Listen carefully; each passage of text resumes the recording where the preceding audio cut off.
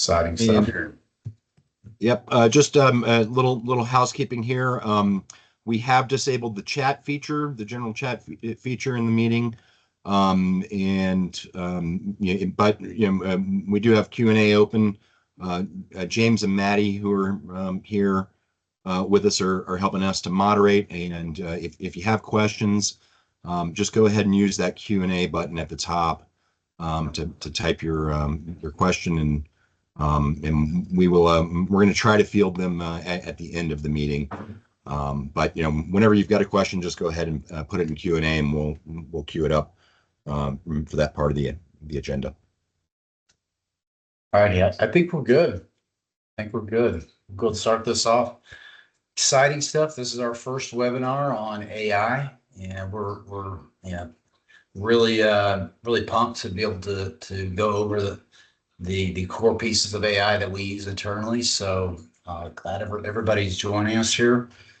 We'll go ahead and get this kicked off, and then as people come in, they'll if we could let them in, James and Maddie.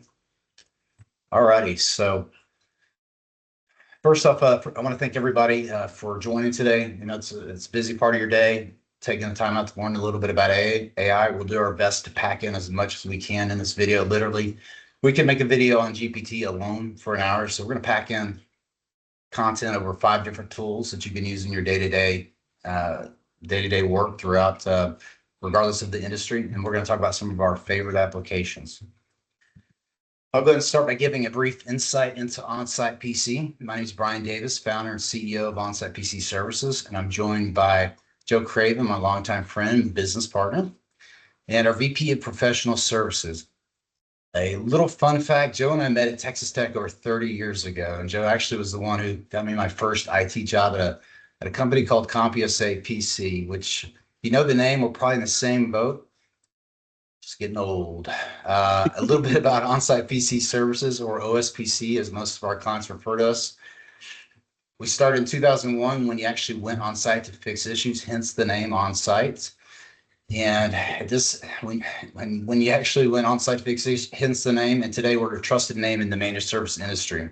We have over 130 plus clients and support over 2,800 endpoints.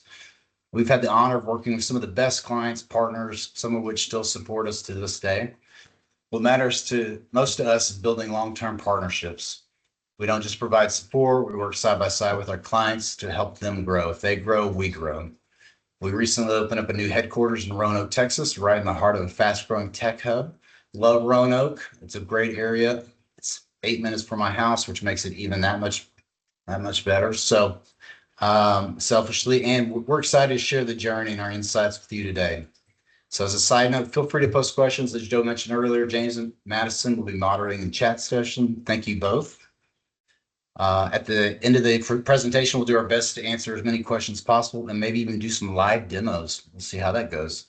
If we can't get to your questions, we'll do our best to send you a direct response or email with a response. There will be a recording sent out, so don't feel like you have to take screenshots or notes. With that said, I'm going to hand this over to Joe. Thanks, Brian. So here's today's agenda. And we'll go over it real quick, just so that you have an idea of what's going to be covered. First, we're going to understand kind of the basics of AI and how it started and what its foundation is built upon. Then we're going to cover some various types of AIs. Large language models, or LLMs, are kind of the start of it all. But as AI has evolved over the last few years, we've now got solutions for AI-based search engines and image generators and meeting assistants and a lot more. And so we'll call those out. Then Brian will get into the power of prompting, which is just kind of how we label it. But that's prompting is just basically how you communicate with AI, to be most effective and get the most value out of it. Then we'll show you some real world applications of AI, some practical examples that both staff and leaders at SMB or small and medium businesses can use throughout their day. And we've got a couple of spotlight applications, including Gamma, which is the tool that we use to create this presentation today, and Read.ai, which is our personal choice for our meeting assistant. And then at the end, we'll have a Q&A, and as Brian mentioned, if we've got enough time and you have enough interest, maybe we can even do a live demo or two. So with that, let's go ahead and get started on the basics of artificial intelligence. So what is AI? Well, AI kind of started with large language models. Those large language models were fed lots of information from mostly from the public sector, but also from some private information stores. And what they do is they have the ability to identify patterns, not just in data, but also in interactions with humans, and they learn and improve over time. When you use these tools, you'll be asked to provide feedback on how they're providing results for you and that kind of thing. And and even when you don't provide that feedback, those engines are learning a lot from the experience that they're having with you. Businesses are increasingly leveraging the power of AI to automate routine tasks, to generate content, and to enhance productivity across all kinds of operations. The benefits of AI, we think of the time savings and increased efficiency and cost reduction is all kind of combined into just improving efficiency, and saving costs and that kind of thing. But AI can also help with creativity. You can have a brainstorming session with an AI engine, and ask it to be creative, and it will come up with some results that that may surprise you. It can get creative in writing content by asking it to change a tone or to inject some humor and that kind of thing.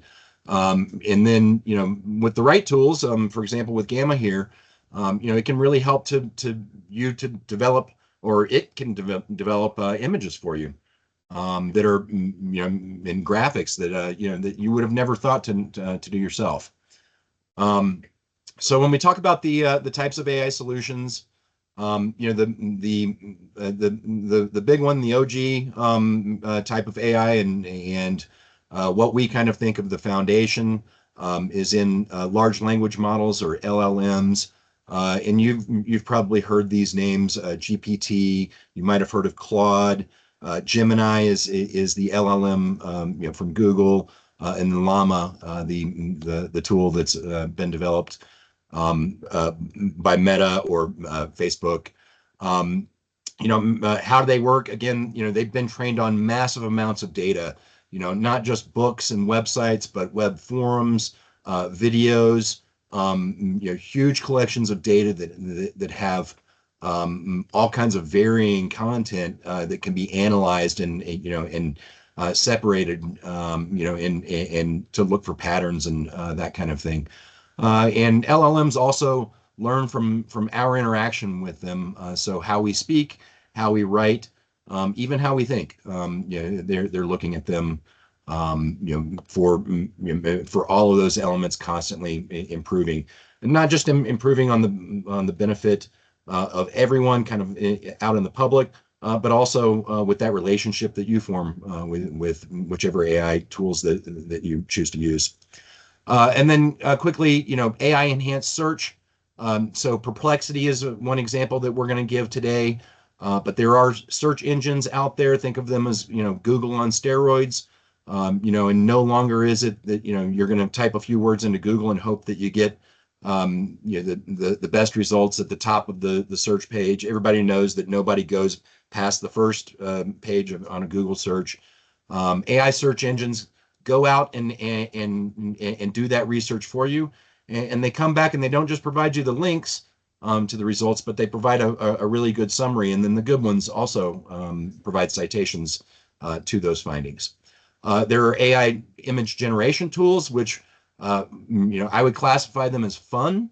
Up until a few weeks ago, we've been using these tools to generate graphics for our proposal templates and that kind of thing for a while. But Brian's going to go into pretty good depth about the latest developments in generation or image generation tools, and How they're really strong these days, even in just the last few weeks.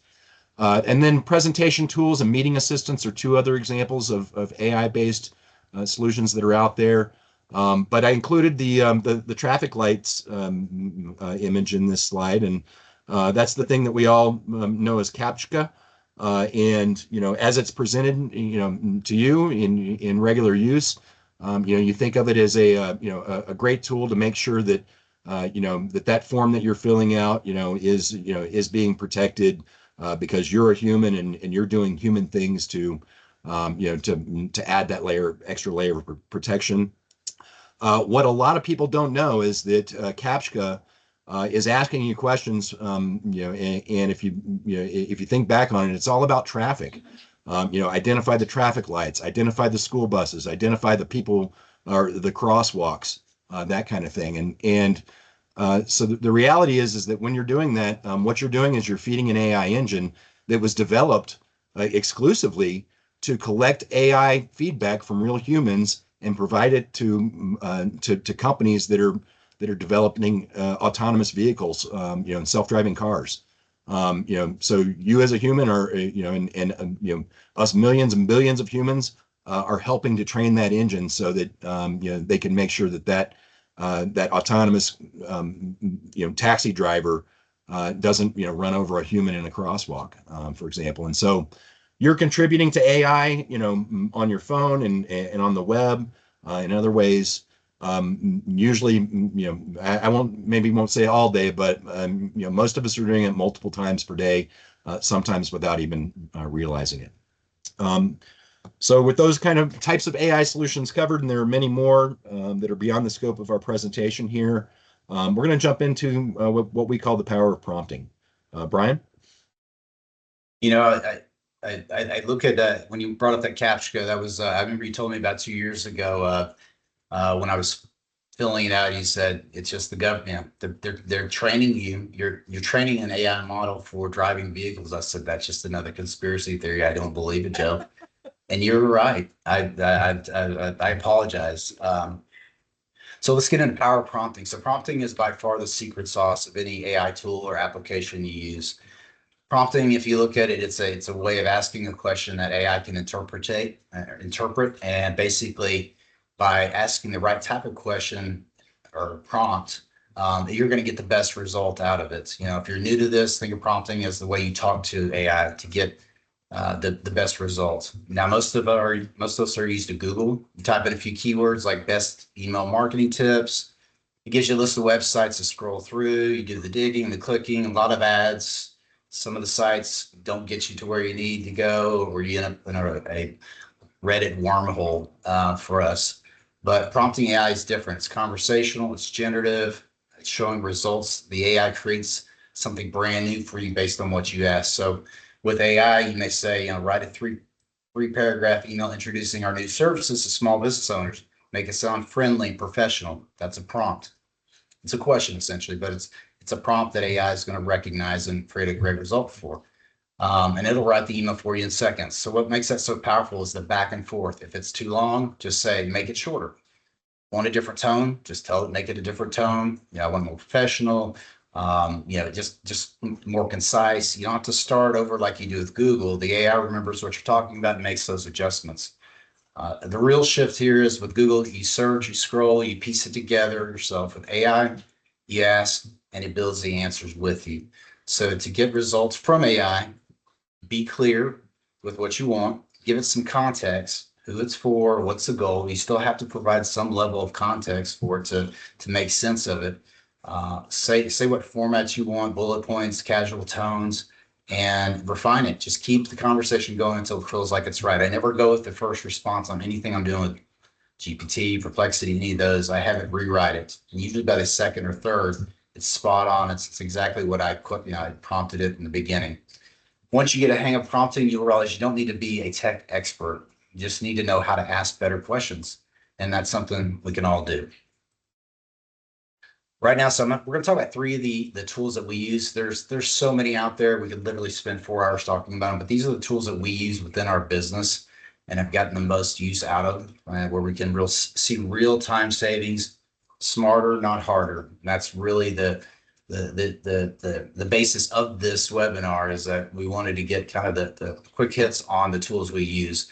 So let's talk about these tools and why each one stands out in the business world. ChatGPT, like Joe mentioned, it's the original. It's versatile, conversational, great for creating content, answering questions, brainstorming. It remembers the context, so you don't have to go back and forth and refine. It's, you think about Google and where it goes, did you mean this? Well, of course I meant this. I misspelled one word. AI knows you meant this based on the other context that's wrapped around the one misspelled word. It's gone way beyond that. So it knows it knows what you meant in that type and the question you put in there, and then it's going to continue to have conversations around that question. Perplexity, this one acts more like a search engine assistant. It's utilizing not only LLMs like Gemini and Llama and GPT and Grok, but it's also going out to the web and pulling out 28 to 48 to, if you do a deep search, deep research, it'll do 68 sources on the web to pull back the most unbiased, highest consensus result from the web and from these LLMs without ads. It's great for fact checking, competitive analysis. You can do local analysis against your competition. You can do just analysis just on other purchasing decisions. It's really great for, and it's also got a Windows app too as well. You can download from the Windows Store, so it's nice and convenient to quickly check and see not only just LLM knowledge but web knowledge, combine the two. Finally, Copilot. Joe's going to speak on this here in a little bit.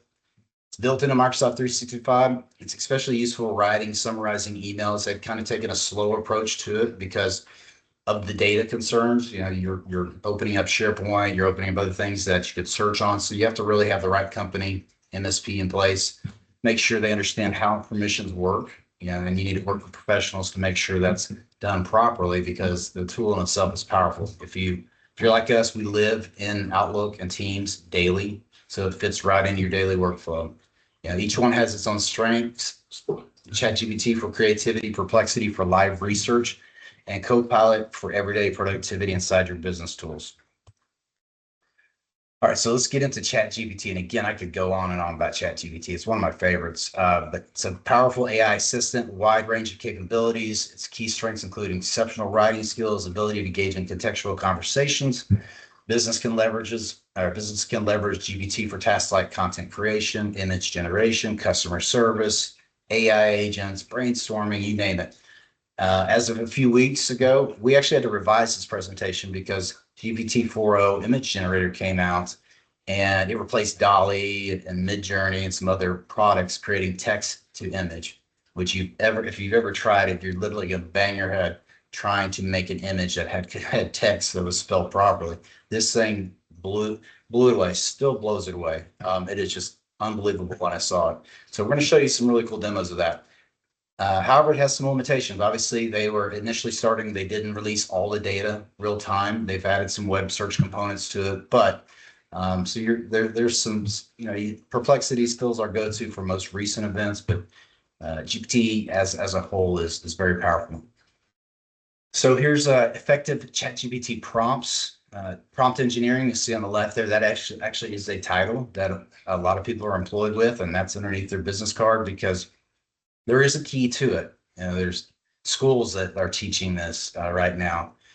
How you ask it, how AI is looking to create the best result is how you're going to get the best result. And so understanding how to ask the question. So you still have to have that knowledge. This is not replacing a human, right? If you're in an industry with logistics or manufacturing, you're going to need to know, we're not, like me and Joe aren't going to know how to write a question related around that industry. You will. And so it's just enough information to go off of to create the best result. But these examples, company handbook, you can easily say, hey, we need to revise our company handbook for PTO adjustments, other information keeps the same, stays the same, or we need to create a new company handbook. Always be cautious when you're putting information like that out there, unless you're on a pro or an enterprise plan. Even then, still make sure you make sure that security around information like that is put out there. Email campaigns, create an email sequence of 3 messages introducing our new accounting services to existing clients, emphasize time-saving benefits. Yeah, that's always a good one when you're trying to come up with these creative campaigns. GPT will give you way more than three, and you just keep asking it for more, and it'll give you better ones each time. The demo we're going to do is basically creating advertising content for a flyer. You know, if you've ever advertised in a paper or online, they ask for specific formats. You've got to put in all the services that you offer, really just stuff as you're working through a number of other issues related to business. You have to rely on a third-party company to create a very simple ad showcasing your business. So in this one, we're going to go through a quote unquote live. We recorded this because we don't like train wrecks. But in this demo here, we're going to go ahead and put in information around on-site PC services, talk a little bit about our Google reviews, you know, who we are as a company, when we were founded, just some baseline information about the company here. You're seeing I'm going to type really fast for the sake of the presentation, but I could easily hit submit right here, and it would give me an output. You know, this is a prompt, right? But instead, it's a lot of information, right? I do want a call to action in there, free on-site security assessment. But instead, what I'm going to do is I'm going to start off, I'm going to attach our company logo here. So I'm going to go through and it prefers transparent logos. So if you don't have a transparent logo, that's where you can't see the background. Ask GPT to create a logo for you that's transparent. Now, in this situation, I'm going to go ahead and ask GPT to create the prompt based on the content I've submitted. You can say, just create prompt after whatever you've put in there. Please give a good prompt, get the best image result based on the details provided. I'm going to make it create the prompt that it would like to see in order to get the right output. So as you can see on the actual prompt, a sleek photorealistic vertical advertisement and 4-inch by 11-inch tall, featuring a modern professional, blah, blah, blah, a lot of great stuff. You know, a lot more than what I'd put in there, and that's fine. That's smarter, not harder. And so it's basically saying, okay, this is what we generated. You copy that, and you're just going to paste that into the search there. And then there's 3 dots at the bottom. You'll click on create image. This is the new image generator. You don't have to. It'll interpret it as if you want to use the latest one, but it doesn't hurt to do that. When you hit submit, depending on the type of image and complexity, it may take a minute to 3 minutes. You can get really highly complex images. On this one, I'm going to go and pause it, and then this is the end result. So looking at this, a little busy, got a lot of stuff going on in there. So I want to bring the logo up top. So again, you're having a conversation. You're not going back and retyping into Google or having it regenerate it. I'm going to have the logo moved up top and just in my own words, make it a little less busy. Doesn't have to be, you don't have to be a English professor to tell it what you want to change, right? I'll pause and start again. Okay, a little bit better. It's going to get better each time. Each time you keep that conversation going. But what I'm going to do here is I'm going to probably stick with this one in this example. It's got all the information that I need, but then I'm going to need to actually download the image in the format that was originally requested. So if you hover over the image at the top right, you'll see a link to actually download the image, usually in PNG, and you'll see pop up there here shortly. And that's the image that you would send off to your company you're advertising with. They want it in that format. Here's your advertisement, and you no longer have to hire an agency to create advertising content. And when you only get 1 or 2 options, typically from these agencies, you can do as many as you want. So in this next slide here, this is actually what I did following this. I said, all right, create one that's actually change it up to where it's a little bit more engaging, change the color patterns, tell a little bit about what on-site PC does, which is manage IT services, cybersecurity, backup, disaster recovery. A little more eye-catching with the call to action in the middle of the free on-site security assessment. The middle one's the one we originally created, and then the third one, instead of having the logo actually on the image, I asked it just to depict a technician in a data center and have our company logo on the background. And it actually put it on the background. And if, like I said, if you've used this Dolly before, the ability for it to spell the word site without 3 E's at the end, or, you know, have everything legible and not look like it's just the craziest context ever is it's just amazing. So that gives you just it's a three-dimensional look at it. It looks more photorealistic. It's just a better ad altogether. So continue to ask. If you don't like what you've got, tell it, hey, make another revision, include these elements. Just there's no limit to it. And then you got to use it for a little fun. So this is Joe's favorite dogs, or about to be Oh his yeah. favorite dogs when he's coming in town here in a little bit. This is Daisy and Duke, right? So you can play around with GPT, and this is using its new image generator. This was what blows me away is that I took one picture of them, and then also had one in the living room. It took my dog and actually put them. Obviously, I want them playing chess. Who wouldn't? Um, this is our couch. This is everything. They're staring each other down. I'm telling you, the image here looks better than they actually do. So I don't know. But then I also said, all right, let's get really creative. Let me upload Michael Jordan's, just random thoughts I'm having. Michael Jordan's iconic slam dunk from the free throw line, right? So I went through and said, all right, let's have Duke actually be Michael Jordan, right? In the stands, let's give Duke a little love, right? There's fans in the stand. Again, couldn't have been done before Dolly, Midjourney, the ability to do all that. This one took about 3 minutes to create for sure. This last one actually just came up today, and I don't know. I think because they played last night, the Mavs got beaten by the Lakers.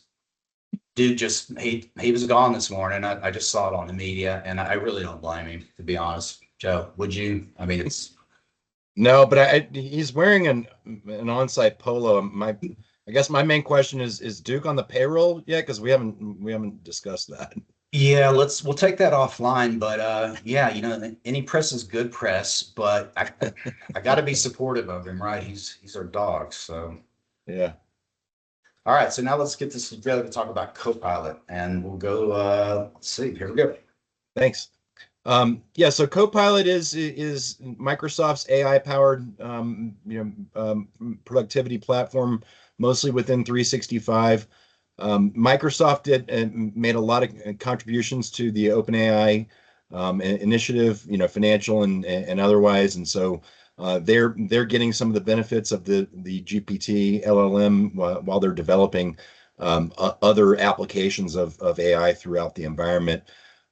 Its one real differentiator and its strength is the fact that it is integrated not only within all of your Office applications, but also within your 365 tenant environment.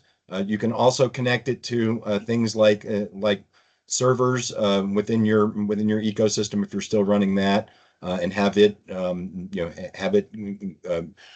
go and mine information from those data stores.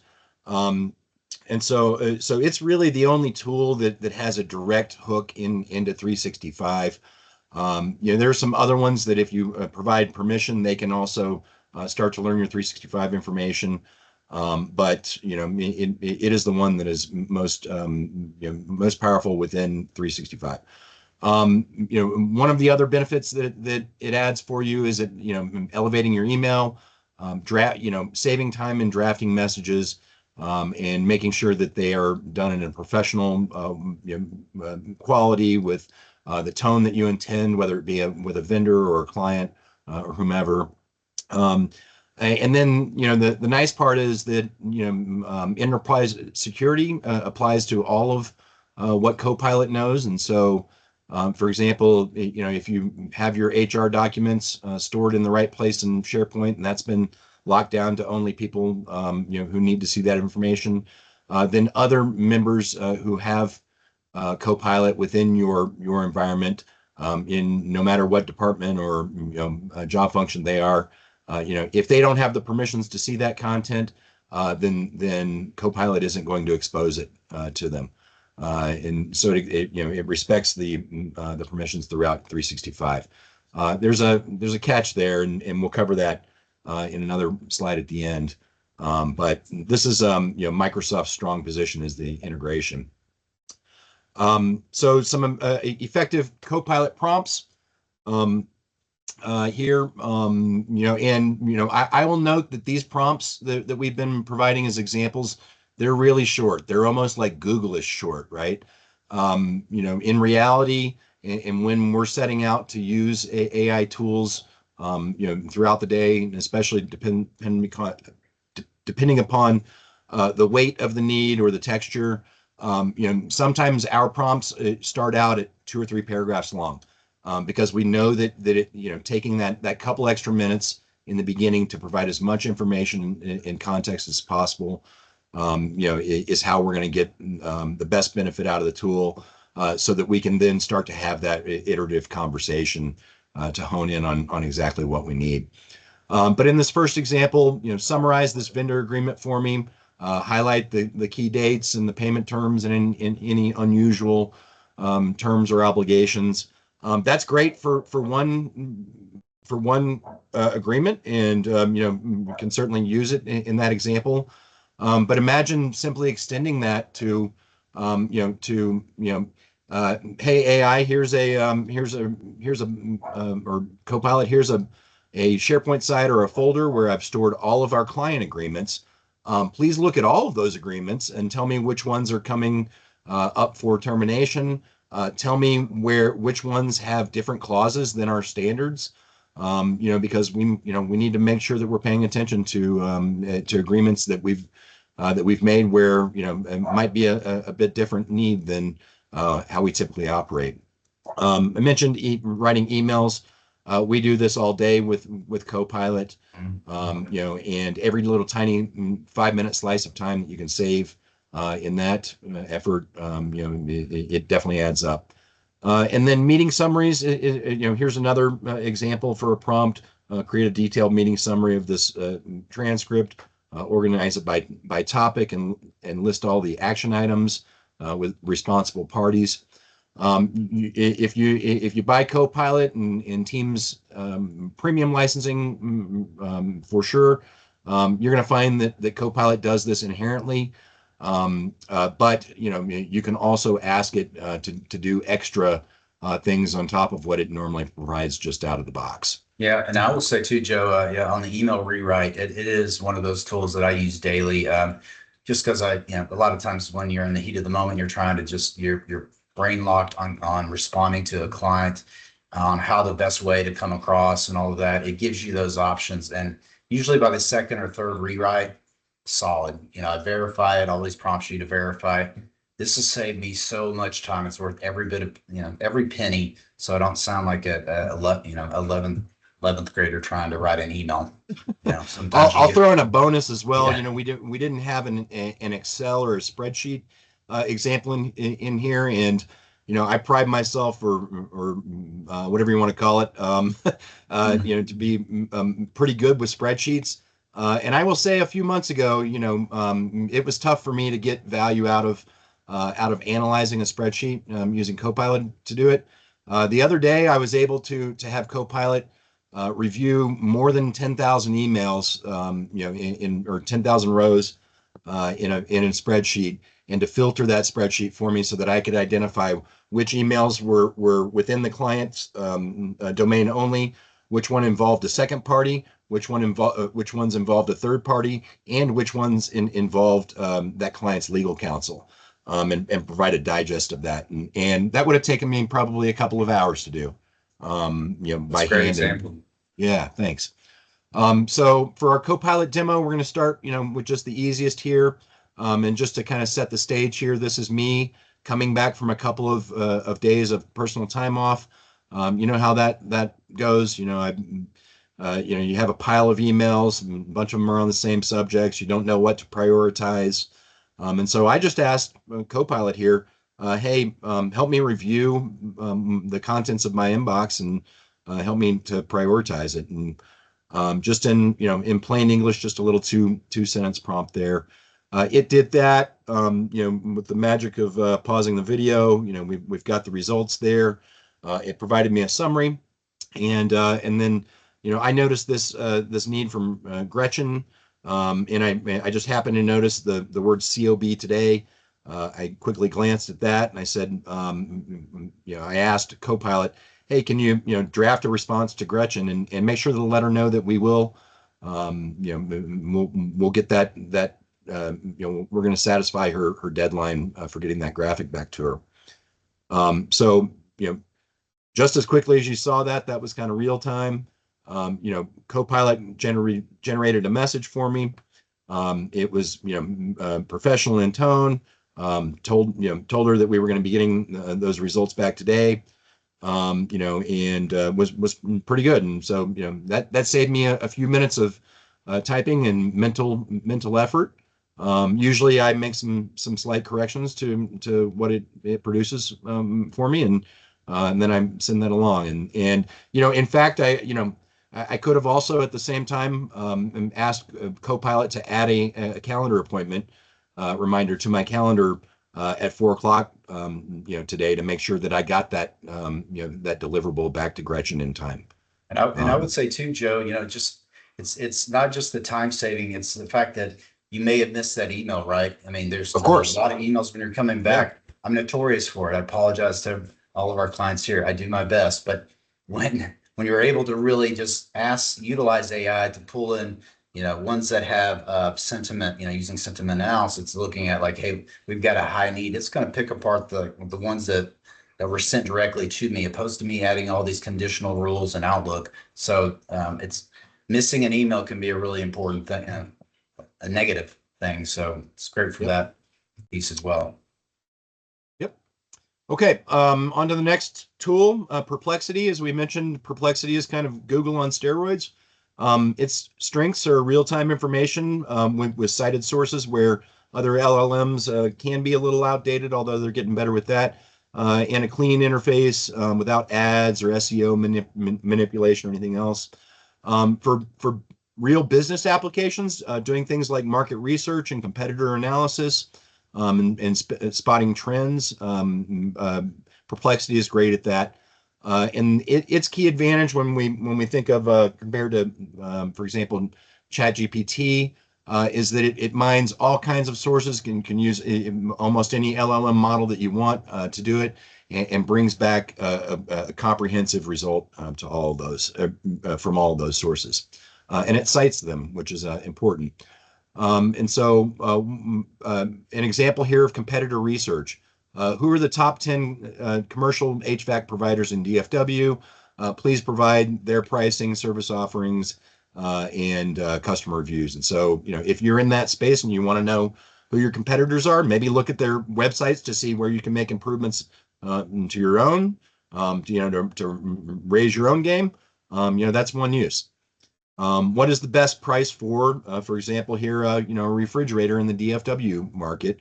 And it's a specific refrigerator, and in fact, let's make sure to think about shipping costs that might be involved for that. And then a third one, and we've got a slide to depict this. What are the some significant trends? We're not asking it for things specific here. We're asking it to actually do some thinking itself, to be creative a little bit, and to think of things that we may not have. And so just generically asking for trends developed over the last 6 months for tech stocks. And we're especially interested in platforms who have with a keen focus on AI. So those are just some examples. We're going to go into this demo here, and again, to set the stage. We provide service to all kinds of clients in all kinds of industries, and many of whom live in the regulated healthcare space. We know that there are some HIPAA rules that have gone through the through the review and comment process, and those rules are being finalized and are going to come up and impact a bunch of our clients. And so I asked Perplexity here to go do that research, and let's just talk about the new stuff, not the existing stuff, and not only provide me a summary, but also provide the likelihood of those specific changes actually making it into the regulations, because that's another need, is to for a healthcare business to prioritize things based on the likelihood that they're actually going to be impacted by the changes. And so got a great summary here.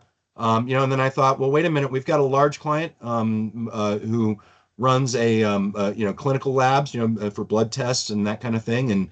And can you now apply this analysis to in clinical laboratories? please provide references. And so Perplexity did its job here. We're just doing a pro search for what it's worth. Perplexity, you can ask, like many other tools, to do deep analysis. It takes a longer amount of time. But the results came back here for things for specific to clinical laboratories. And I could just as easily create a link to this and share that with that client. But I can easily 2 clicks away export that into a Word document. And then in fact take those Word results back over to Copilot and have Copilot do some formatting on that's based on our on-site PC services style guide, for example. Because Copilot knows what our style guide is, and can apply the styles that make it uniform to our communications. Yeah, because we can take our current incident response plan we have created for clients, and we can integrate the two, and basically, based on the new changes that have been released, combine it with what we've currently got in place, incident response plans, DR plans, combine the two together, and that's where the two AIs really play well together. Yep. All right, so this one, I did throw this one on you, Joe. But finance, if you're already paying for Perplexity Pro, finance is a module that is built in. It gives you real-time analysis on markets, crypto. It's pulling from, as you can see in this one example, 85 sources to give you the top trends in marketing. I start with this in the morning, really honestly. It's like my daily feed. You can do tech, finance, entertainment, sports, but finance is really, really powerful because you can look at the stock's trends, its earnings, when are its next, when are its earnings coming up, its income statements, cash flow, balance sheets. So if you're really in the financial sector, you want to look at hedge funds and ETFs and all of that. Unfortunately, I did pick Tesla because it's a name. Obviously, they're taking a big dive. But if you look at the stability of the company and the portfolio, right, you may not be as reactive as somebody who's just casually browsing Yahoo Finance. So big tool in it, /finance. Try it out. It's definitely powerful if you're in that industry or you like investing. Okay, so a couple of quick hits here. No demos, but just to introduce the concepts. Again, Gamma is really focused on creating presentations. It's got an image generator that has lots of options in it. That's awesome. And I just found out like last week that it will create web pages for you and create a website. And I spent about 30 minutes with it and did a pretty good job. This is just a screenshot of our presentation kind of as it started. We used LLMs and Perplexity to generate a lot of content to describe what we wanted to accomplish in this presentation, and then we fed it into Gamma, and literally a couple of minutes later, we had a slide deck. We told it limit it to 20 slides, and said, show us what you got after with all this content, and it did that, and for every card or slide that it has, you can see there that you can modify each one. You can replace the images, you can make the text longer, you can make it shorter, simplify the language, all kinds of options. You can inject new slides for different concepts as you evolve it, and that kind of thing. And for what it's worth, this is just our first AI webinar. We think that the next one will be focused on creating an AI webinar yourself or a presentation. And so we're gonna do a deep dive into Gamma and some of the image generation tools, and how to set up a webinar and that kind of thing. So make sure you look forward to that announcement. Read.ai is our choice for a meeting assistant. There are other ones out there. Copilot, for example, is a meeting assistant, already built into your Teams meetings and that kind of thing. Fireflies is another example, but we chose Read.ai because it kind of goes beyond the basics. For example, once we're done with this meeting, we're going to get a report from Read.ai, and this is an example from a dry run of this demo. And it's not going to just give us the summary and the takeaways and the transcript and the video. It's going to tell us about our engagement and our sentiment and other scores that it reads, which just kind of help you to improve your own presentation skills. Go into coaching and it tells you about your talking pace. I feel like I'm talking a little fast today, but maybe not, and So we'll we're find cramming out. in a lot of stuff. We got to put a lot of stuff in Yeah. there. But filler words, your uhs and your ums and your so's, evidently I hit 3% filler words there, and I don't think that that's such a It's not bad, Joe, great honestly. result. But Too hard on yourself there. anyway, I will add to this too. What's nice about Read AI is that not only does it give you a recap of action items, highlights after meeting, probably 20 minutes after the meeting, but it also, if you have a recurring meeting, an hour or two prior to that meeting, it says, hey, you've got a meeting coming up. This is what was discussed. And it says, did you take care of those 10 action items, right?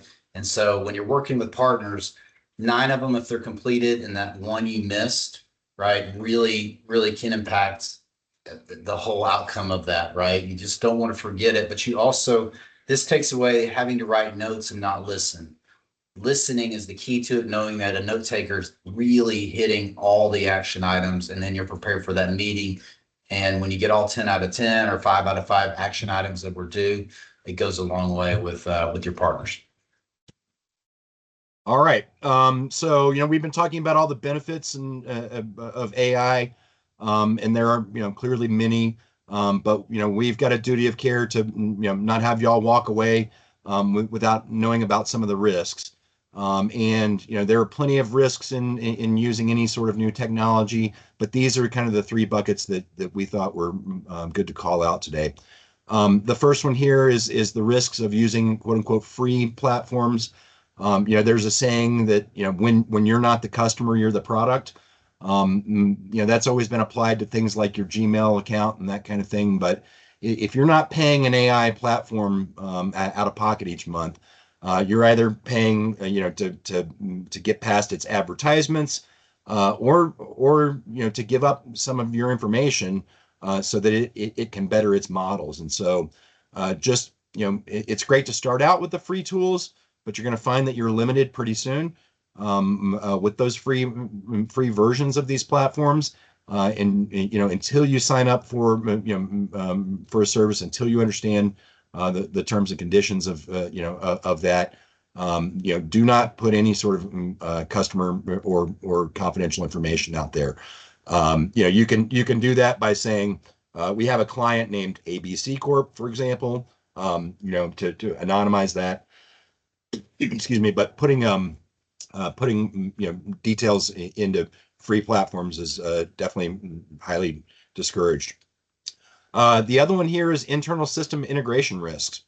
So we mentioned 365 and Copilot and how it's great that it integrates with all of your private company information that can provide you a wealth of information, right? But there are also some risks there. For example, if you're not confident with the permissions that you've set up in your SharePoint environment, for example, and you don't have those HR documents truly locked down. They're kind of hiding security by obscurity, basically. Then you are at the risk of of exposing some information that people may not easily find today. And so, if you want to explore Copilot for sure, or any other platforms, encourage you to reach out to an IT and cybersecurity professional, whether that, if you're a client of ours, and whether that be us or your current provider, whomever that might be. Make sure that you're getting a second pair of eyes on that and that you're doing some testing before you open things up a lot. And then speaking about professionals, AI is not, AI is not a doctor. It's not a lawyer. It's not an IT professional. It's not a civil engineer. And Brian gave a great example earlier about hey, can you create us an employee handbook? We don't have one of those. Well, that's amazing, and AI will do that for you in the span of about 60 seconds. But it might put something in your employee manual that you're not able to comply to, or that legally you can't comply to because of the way that you pay your employees, or it may forget something that is very specific and important to your industry because it's regulated in a particular way. And so, trust but verify. Use AI to give you a good starting point for things. But where you've got regulatory obligations or legal obligations, or risk, issues in general, make sure that you're reaching out to your accountant or to your lawyer or to your IT pro or to whomever, to make sure that all your bases are covered there. Okay, getting started with AI. Yeah, we've got about 7 minutes, Joe, so we're gonna have to power Okay. through this a little bit. Okay. Yep. We're almost done. Thanks. And so getting started with AI, start small. Start with the free stuff. Be careful about what you're putting out there in the public forum, which in essence everything that's free is. Practice your prompting. You're going to get used to communicating with AI just like we did.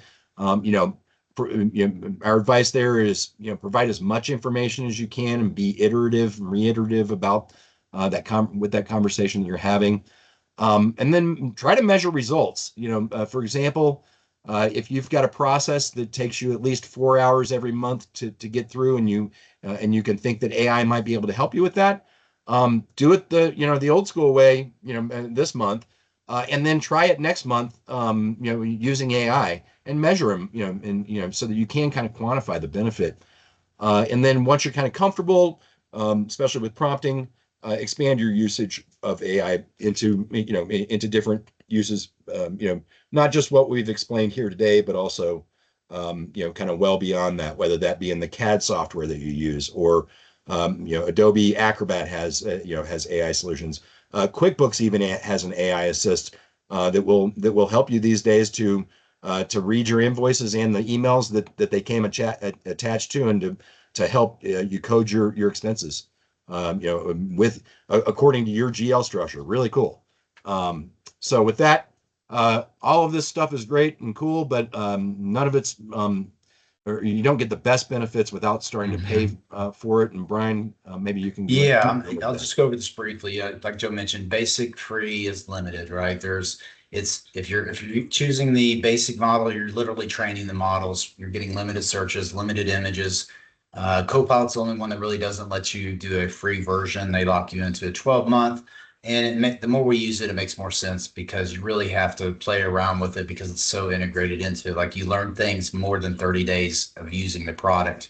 So it really does make sense for it to have a 1-year commit. You're still paying monthly, but you're committed to it. But the rest of them do have basic features free. I always prefer paid plans because it is kind of siloed from training the actual models it's using. Again, caution, but that's you can create teams accounts around it. We do it for Perplexity, as well as GPT. Enterprise is much larger organizations, but that pricing can be found out on the internet as well. So with that, we've got about 5 minutes or so Q&A. There's a QR code here. We're going to do a free AI readiness assessment. If you're interested, your company want to see where you're at on your journey with AI, what programs you're using, the market, industry. We're here to help. We'll have you fill out a 20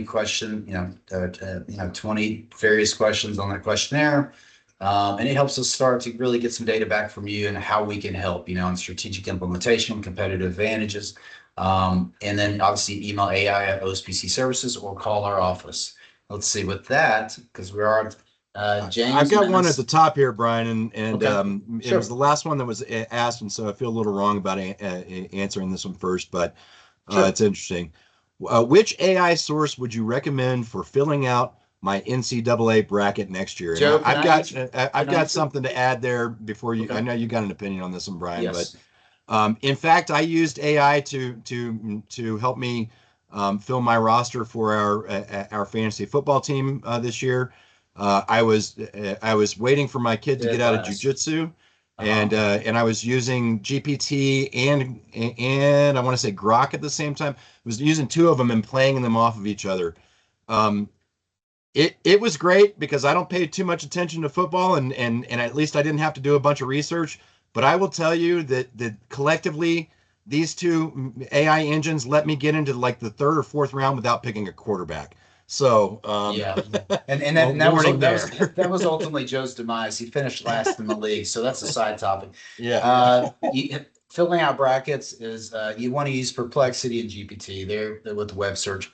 Unbelievable. You can do a lot of other things with it. That's not allowed in Texas, but it's really good at giving it information, and it'll come up with more than just brackets. But yes, great question. Any other questions, James, Maddie? I've got another one here that I'm going to promote. What are the data privacy and security risks of using AI on a public platform such as GPT or Perplexity?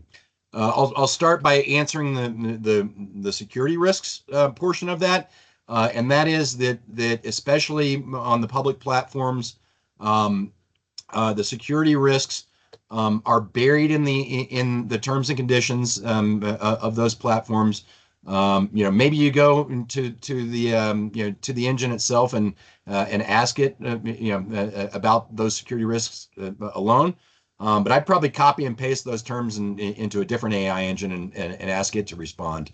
But in general, security risks of anything that you're not paying for, just assume that data is probably going to be used by the engine to train itself, and that's the least of your security concerns. The most of your security concerns are that your private data it may be exposed to other users on that platform, whether they be public or paid users. From a privacy, Joe, yeah. Okay, go ahead, Joe. From a data privacy perspective, the one thing that I recommend in a business environment, going back to that employee handbook example, you need to establish especially as business leaders, what you permit and what you don't from a business perspective, and you need to make sure that your employees understand that and sign off on it. And so, if you don't have a use of AI policy within your package of policies or within your handbooks, consider using AI to help write that policy and then craft it for your business needs. And then the privacy and compliance guys coming out at me.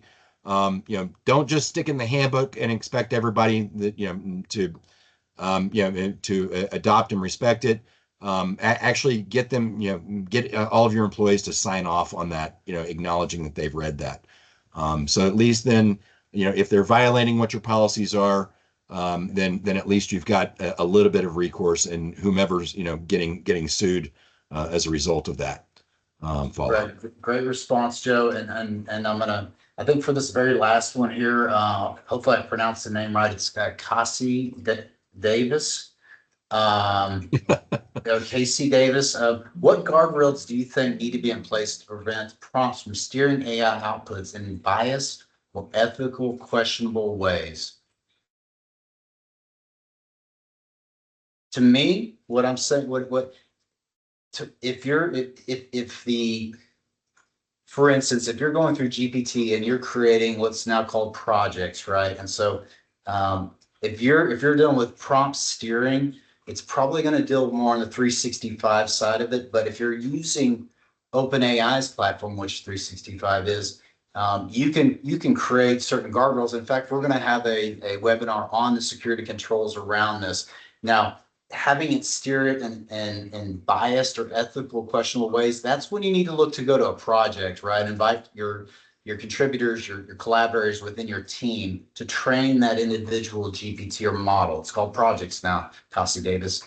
And so when you're dealing with things like GPT, you can train that model to, if you don't want the prompts to steer in one direction or another, you need to train that model on that, right? And that model is going to continually create a conversation based on that. Typically with OpenAI, they've gotten better at how you steer, outputs are biased, right? But you also need to compare it with Perplexity, right? If you're gonna, you use one or the other and make sure that's why I like Perplexity, because nobody's paying it to advertise it. You're not going to Alexa, right? Alexa can find you things to best prices on stuff, but guess where it's redirecting you to? It's probably going to go to Amazon, right? Google's probably going to go to send you to whoever's paying them the most. But when you go and you're asking prompts or guardrails to be put in place, I would put that into your project when you create a project in GPT. Again, it's you'd be on a paid version, pro. If you're with a larger company, enterprise, really make sure that it's locked off and it's not training the model, but you can create your model, your GPT to be whatever you want it to be. Thanks. That's a great. I'll add just a little bit of that, Brian. Casey, thanks for the question. Good one. Ethically, that's a hard question. Because you hope that the AI programmers are programming their the outputs to be ethical. And a lot of that goes back to that policy for your employees that I mentioned. That they need to be doing things ethically in using the tools. And as Brian mentioned, if you get you get into the paid versions of these, you can then develop your own projects and train those specific projects to explicitly remove bias. But I will also add that these platforms they do have bias built into them, and in fact it's not completely infrequent that I challenge those results, and and I say, wait a minute, that seems a little biased. Have you thought about that? And it's kind of entertaining to go back and forth with the model. And that's where you use deep research too. Really, that's where it questions itself, the reasoning, why it came up with that answer, and that's where you really get in the power of the search. Be prepared to wait 5 minutes, but it's going to question the answer it's about to give you. Hopefully that answered it, Casey. Great question. I think that's it for the questions. But yeah, I think we're over by a few minutes. Again, thank you everybody for taking the time out. Scan the QR code if you're interested. Give us a shout. We're going to be doing another one likely on Gamma or the security around AI. I mean, I think that's a whole nother deep fakes. If I can do that with my dogs, I can definitely do that with other images, right? Deep fakes going to be on a whole new level. We'll talk about ethical components of AI. So again, thank you all. Hopefully this is one of many, and we appreciate everybody taking their time to come out. Thanks, everyone. Thank you.